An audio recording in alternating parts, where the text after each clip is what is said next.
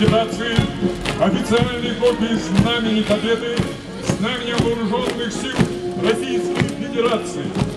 На площадь выносятся штандарты белорусского, украинского, прибалтийского, ленинградского и карельского фронтов, овеяны ратной славы боевые знамена 215-й Смоленской краснознаменной стрелковой дивизии, 644-го армейского пушечного артиллерийского полка, 326-й стрелковой Ростовской краснознаменной дивизии, 331-й стрелковой Смоленской краснознаменной дивизии и 119-го Ельнинского отдельного танкового полка.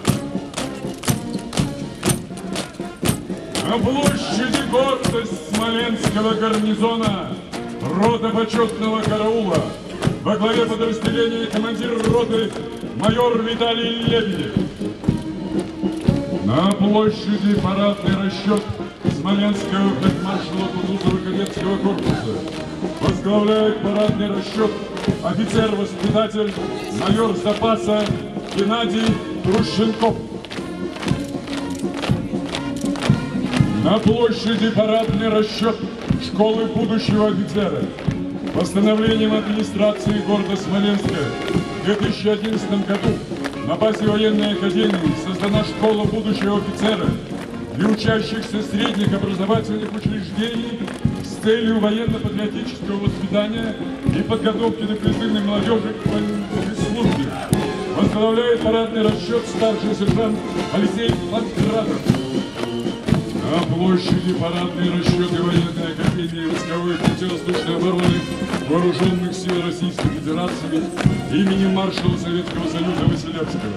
Возглавляет парадные расчеты военной академии начальник кафедры тактики и оперативного искусства, кандидат военных наук, доцент полковник Вячеслав Дорохов. Командир первого офицерского парадного расчета, начальник кафедры радиотехнических средств наблюдения, кандидат технических наук, доцент полковник Дмитрий Володкович.